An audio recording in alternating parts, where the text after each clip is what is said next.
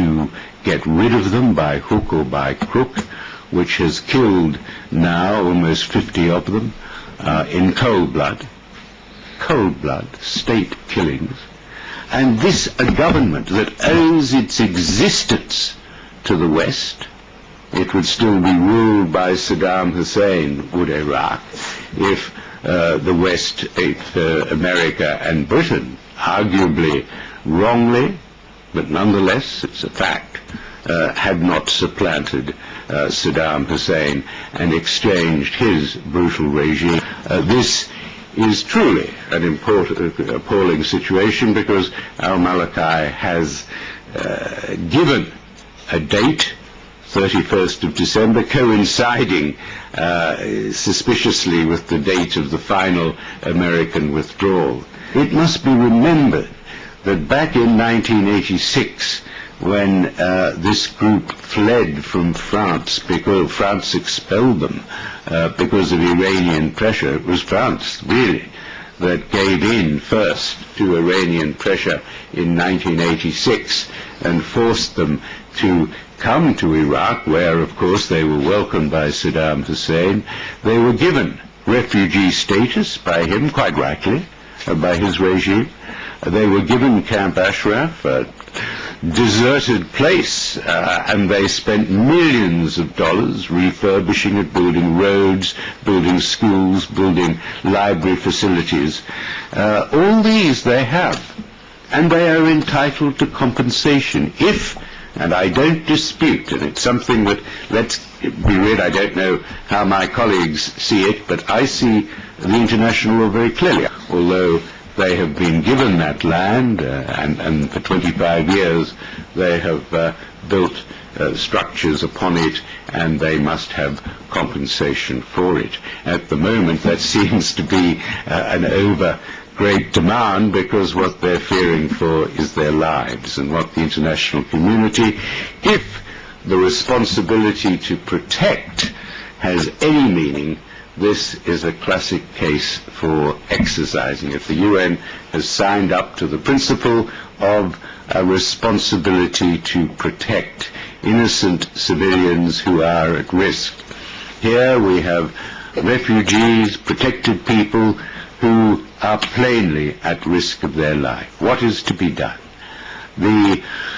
I think that the United States bears a heavy burden, because it created the legitimate expectation when it declared everyone a protected person. It has created that legitimate expectation, and it must honor it. So that is the first thing. The second thing, the United Nations is deeply involved. It is obliged, in my view, to ensure that its responsibility to protect principle is taken. I wrote a legal opinion, I hope, which is available today, and I conclude as a matter of law that the UN has a responsibility to protect the PMOI because they are refugees. Their leaders and the initial contingent came to Iraq because they were expelled from France in 1986. They cannot, under international law, be returned to Iran, and the High Commissioner for Refugees has a responsibility to secure their basic human rights, including the right to decent living conditions. So that is the situation that I believe obtains in international law. There is a United Nations force in Iraq, and that is, of course, UNAMI.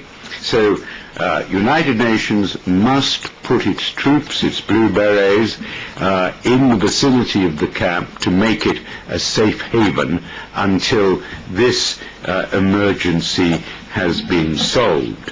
In the meantime, the UNHCR must process the 3,400 people. Now, here we have a most bizarre bureaucratic approach by the UNHCR, which for all the great work that organization does, I confess to find extraordinary and bureaucratic and dangerous and wrong. They say, we've got to interview everyone individually outside Camp Ashraf.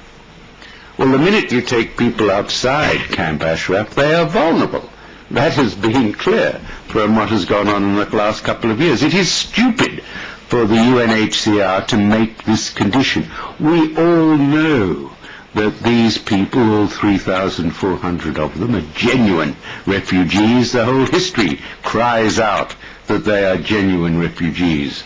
And the UNHCR, by adopting this foolish, pettifogging, bureaucratic approach of wanting to interview every single person outside Camp Ashraf, it should conduct the interviews in the next 4 weeks in the camp, and provide, as is obvious, a certification that all of them are in fact genuine refugees. And then it is for European countries, France in particular, because France wrongly in my view succumbed to Iranian pressure in 2000,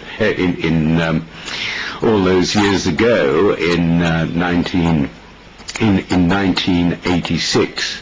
To extirpate them, and that is why they went to Iraq in the first place. So the duty is very much on France and other European countries, and I would call on Baroness Ashton, who is, I know, concerned about this matter and concerned for human rights, to use her good offices to ensure that with a little help from the UNHCR, which needs to be less bureaucratic and more realistic, to ensure that this impending emergency should be solved as soon as possible.